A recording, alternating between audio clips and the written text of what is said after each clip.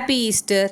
காலையிலேயே எந்திரிச்சு சர்ச்சுக்கு மாஸ்க்கு போயிட்டு ஈஸ்டர் மாஸ் அட்டன் பண்ணணும்னு ஆசை தான். ஆனால் இங்கே 2 குழந்தைங்கள வச்சுட்டு எங்கே போகிறது? மார்னிங்கே எந்திரிச்சு ஒரு பனானா சாக்லேட் கேக் பேக் பண்ணிவிட்டு கொஞ்சம் பாப்கார்னுமே ரெடி பண்ணேன். லஞ்சையும் ரெடி பண்ணிவிட்டு சாப்பிட்டுட்டு பேக் பண்ணிவிட்டு நாங்கள் கிளம்பிட்டோம். சர்ச்சுக்கு அட்லீஸ்ட் ப்ரேயராவது பண்ண போகலாமே அப்படின்னு சொல்லிட்டு கேளம்பாக்கம் சர்ச் ப்ரேயர் பண்ண போனோம். அப்படியே சர்ச் சுற்றி வந்து நிறைய ஃப்ரூட்ஸு வெஜிடபிள் மரம்லாம் வச்சுருந்தாங்க. ஸோ அதையும் போய் பார்த்துட்டு சர்ச்சில் போய் நல்லா ப்ரேயர் பண்ணிவிட்டு மேண்டேட்ரியாக ஒரு 4 ஃபோட்டோஸ் எடுக்க வேண்டியது இருந்தது. அதையும் ஃபோட்டோ ஷூட் பண்ணிவிட்டு நாங்கள் வந்து மாயாஜாலுக்கு கிளம்பிட்டோம். இங்கே வந்து மூவி புக் பண்ணியிருந்தோம். யூத் மூவி புக் பண்ணியிருந்தோம். ஸோ அது வந்து 3:30 ஷோக்கு தான் புக் பண்ணியிருந்தோம். ஸோ அதுக்கு ஒரு ½ அன் ஹவர் டைம் இருந்தது. குழந்தைங்க இந்த டாய் ட்ரெயின், அதுக்கப்புறம் நிறையா அந்த ஸ்கூட்டர் அந்த மாதிரிலாம் இருந்தது. ஸோ அதெல்லாம் வந்து ட்ரை பண்ணிகிட்டு இருந்தாங்க. அங்கேயே ஒரு பெரிய ஸ்க்ரீன் போட்டு சாங் போட்டுட்டு இருந்தாங்க. என் பொண்ணு அங்கே உட்காந்து வைப் பண்ணிட்டு இருந்தா.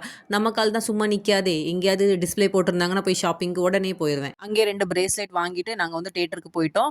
தேட்டரில் மூவி வந்து கரெக்டாக 3:30க்கு ஸ்டார்ட் பண்ணிட்டாங்க. மூவி நல்லா இருந்தது. கொஞ்சம் பட்டாளம், பசங்க, அப்புறம் அந்த படம் மாதிரி கொஞ்சம் எனக்கு ரெஃபரன்ஸ் தெரிஞ்சுது. கொஞ்சம் நல்லா இருந்தது பார்க்க. ஸோ பார்த்துட்டு நாங்கள் வந்து அப்படியே வெளியே வந்துட்டோம். வெளியே அங்கே ஒரு கடையில் வந்து ஹோம் டெக்கர்ஸ் அப்புறம் வந்து கிச்சன் ஐட்டம்ஸ்லாம் வச்சுருந்தாங்க. அதை பார்த்த உடனே என் கால் நிற்கவே இல்லை. நேரே குடுக்குடுன்னு அந்த கடைக்குள்ளே போயிட்டு சும்மா விண்டோ ஷாப்பிங் பண்ணிவிட்டு அதுக்கப்புறம் நாங்கள் வீட்டுக்கு கிளம்பிட்டோம். ஈஸ்டர் இப்படி தான் இனிதே முடிஞ்சுது.